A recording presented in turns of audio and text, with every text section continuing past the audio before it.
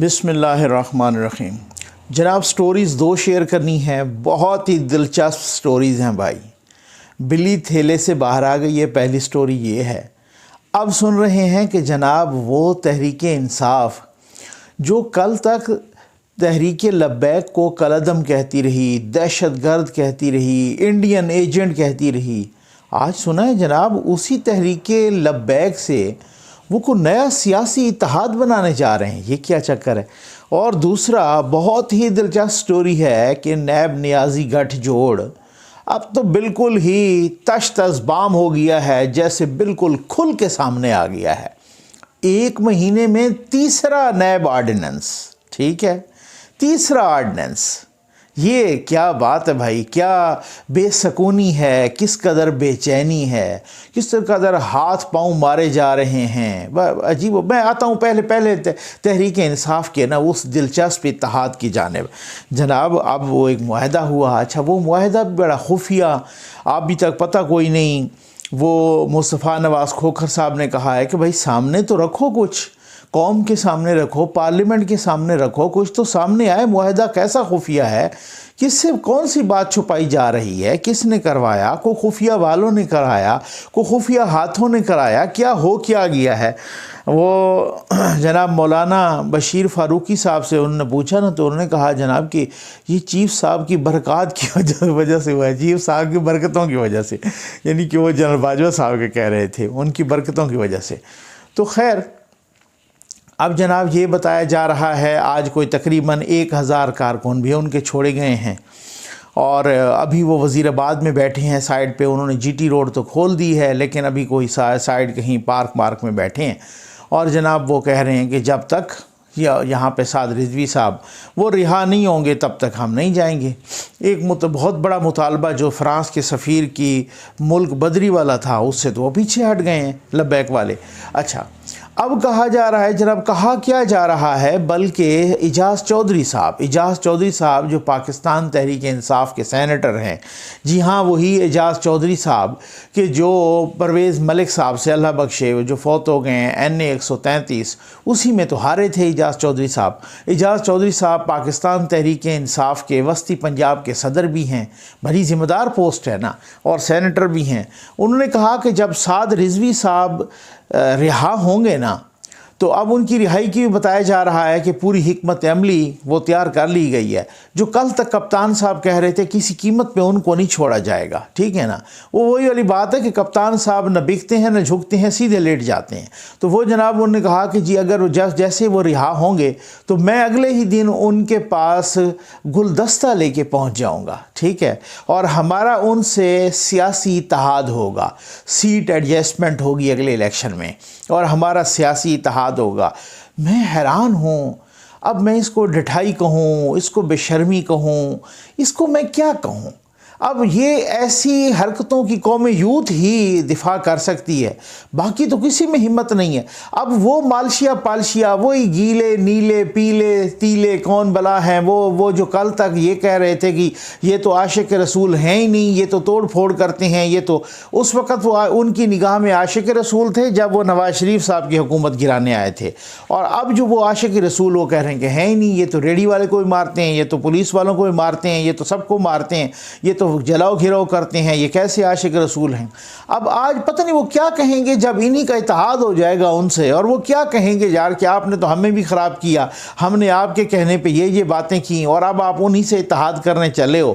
تو اب میں ابھی تک خیر ان کا بھی ذرا سامنے آئے گا رد عمل کہ وہ کہتے ہیں ہمارے اتنے بندے شہید ہو گئے، بیچ میں پولیس والے بھی شہید ہو گئے، ٹھیک، اب مارنے والا بھی شہید اور مرنے والے بھی شہید۔ تو اب خیر سے جو ہے نا، مطلب وہ کہہ رہے ہیں کہ جناب وہ ہمارے بندے بھی اتنے چلے گئے، اب اس کے باوجود بھی اگر وہ اسی PTI سے معاہدہ کرتے ہیں تو پھر اس کا مطلب ہے کہ بہت بڑی گیم تھی نا، پھر کوئی بہت ہی بڑی چلاکی کی گئی نا، پھر لیکن صرف اور صرف یہ چلاکی کی جا رہی ہے، کسی طریقے سے کوئی پہلو نکلے، ٹھیک ہے نا، نون لیگ کا کوئی ووٹ بینک ہم کسی طریقے سے کم کر سکے، یار وہی نہیں ہو رہا۔ اب یقین کریں کہ سارے ادھر ادھر بھاگم دوڑ کرنے کے باوجود بھی نون لیگ کا ووٹ کم نہیں ہو رہا، ووٹ بینک کا کم ہو رہا۔ وہ بھی بڑے سیانے ہیں بھائی، ان کے ووٹر بھی سپورٹر میرے خیال ہے وہ اور بھی زیادہ پکے ہو جاتے ہیں، اور ان کے اور بھی ان کی پرفارمنس تو ہے کوئی نہیں. اب اسی طریقے سے جناب انہوں نے یہ کرنے شروع کر دیے کہ کوئی ایسا ہی طریقہ کر لینا.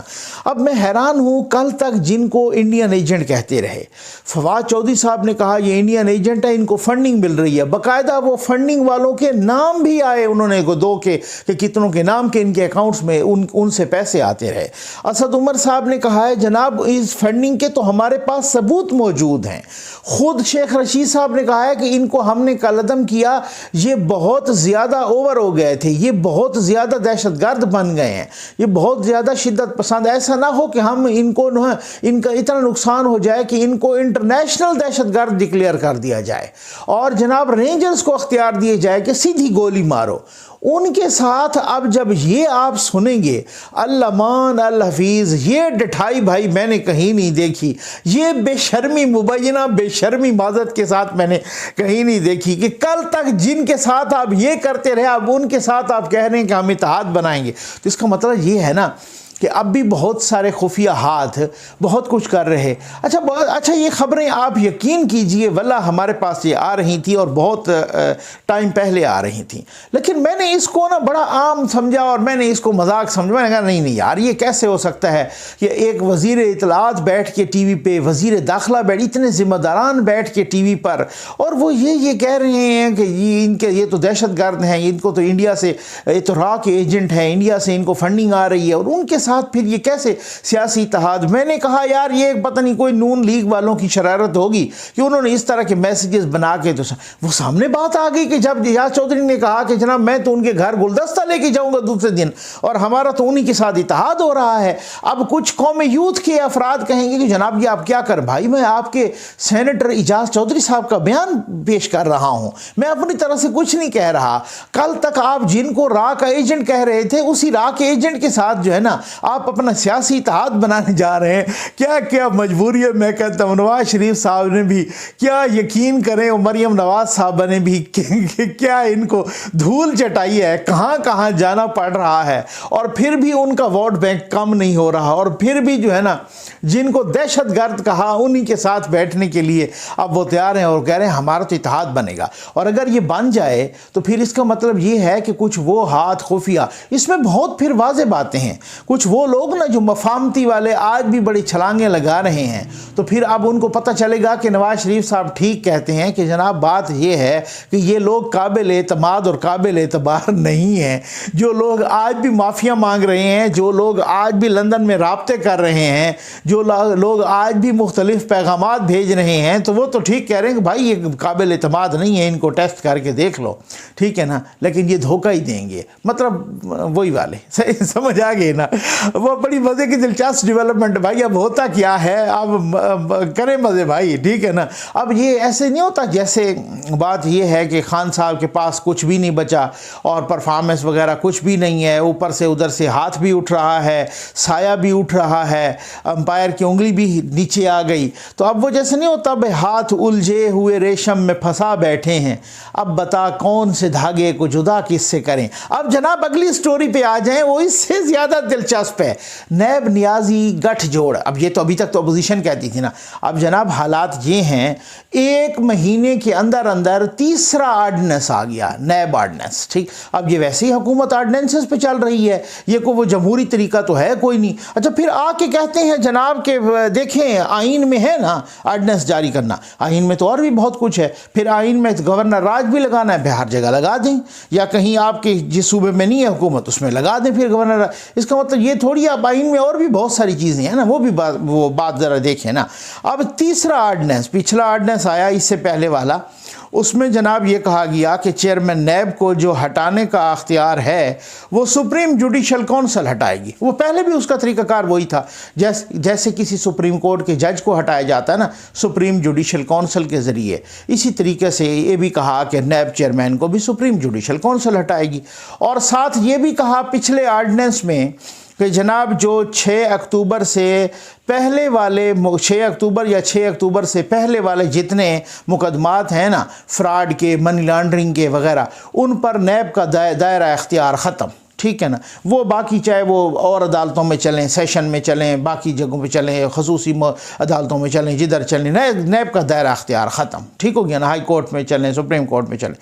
اچھا اب دوبارہ یہ کہا گیا کہ اب آرڈننس آ گئی ہے، پھر ایک اور آرڈننس آ گئی ہے۔ مطلب ایک وہی والی بات ہے کہ جیسے منیر نیازی نے کہا تھا نا کہ ایک اور دریا کا سامنا تھا منیر مجھ کو، میں ایک دریا کے پار اترا تو میں نے دیکھا، ایک اور آرڈننس کا سامنا تھا منیر مجھ کو، میں ایک آرڈننس کے پار اترا تو میں نے دیکھا۔ اب بات وہی ہے جناب کہ اس میں جو ہے نا ایک اور تیسرا آرڈننس آ گیا ہے۔ اس میں اب یہ کہا گیا ہے، اچھا اس میں لوگ بہت سارے پہنچ گئے تھے، اپوزیشن کی کوئی رہنما نہیں کیا، حالانکہ شاہد خاقان عباسی صاحب نے تو غالباً یہ بھی کہا تھا کہ ہم تو ریلیف دینا ہی نہیں چاہتے اس آرڈننس کے تحت، ٹھیک ہے نا، لیکن باقی لوگ کچھ پہنچ گئے، انہوں نے کہا کہ جی آپ تو ہمارے عدالتوں میں جن کے چل رہے تھے بہت سارے لوگوں کے، انہوں نے کہا جی اب تو وہ آرڈننس آ گئی ہے تو چھوڑیں، اب تو آپ ان عدالتوں میں چلا ہی نہیں سکتے، ہم تو وہ تو دوسری عدالتوں میں چلے گئے، اور وہاں پر تو خیر سے وہ ادھر بھاگ گئے۔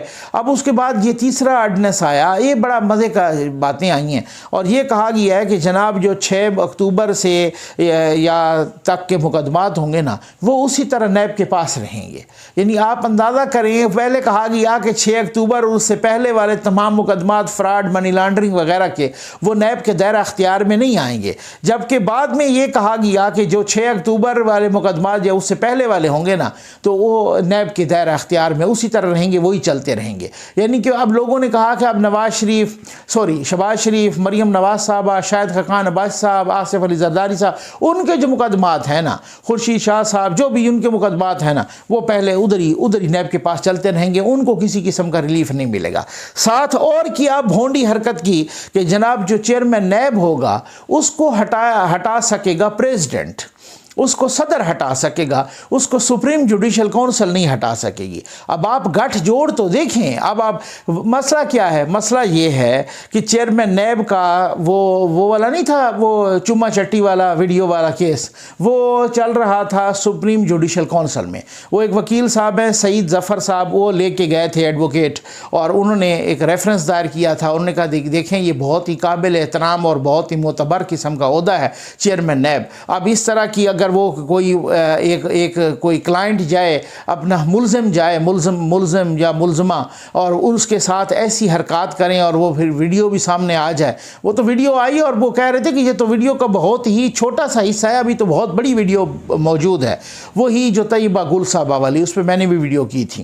اب اس میں جو ہے نا وہ کہہ رہے ہیں کہ جناب کہ ان کا کیس چل رہا ہے اپنا جاوید اقبال صاحب کا وہاں پر سپریم جوڈیشل کونسل میں، اب کسی بھی وقت یہ تھا کہ ہو سکتا ہے ان کو ہٹا دیا جائے۔ اب کپتان صاحب نے جناب یہ نیا آرڈننس جاری کروایا ہے کہ جناب ان کو اب پریزیڈنٹ ہٹا سکے گا، یعنی جب ہم چاہیں ہٹا دیں، ٹھیک ہو گیا نا، اور جب ہم نہ چاہیں ہم نہ ہٹا دیں۔ اب آپ اندازہ کریں کہ اب حکومت کے کیسز کیسے چلیں گے کہ جب چیئرمین نیب کو ابھی اس میں جو ہے نا یہ ہو کہ چیئرمین، اس کی مدت تو پہلے ہی ختم ہو چکی ہے، پچھلے آرڈننس میں یہ کہا گیا تھا کہ جب تک اگلا نہیں آتا تب تک یہی کام کرے گا، اور اب آپ خود بتائیں کہ وہ چیئرمین نیب کیسے ہمت کرے گا کہ جس کی ویڈیو بھی آپ کے پاس ہو، جس کا ہٹانا بھی آپ کے اپنے ہاتھ میں ہو۔ اب وہ عام طور پہ عمران خان صاحب کہتے تھے نا کہ جی نواز شریف صاحب، یہ آپ نے سنا نا ہر میڈیا ٹاک میں اور ہر تقریر میں کہ نواز شریف صاحب تو امپائرز کو ساتھ ملا کے کھیلتا ہے، ٹھیک ہو گیا نا۔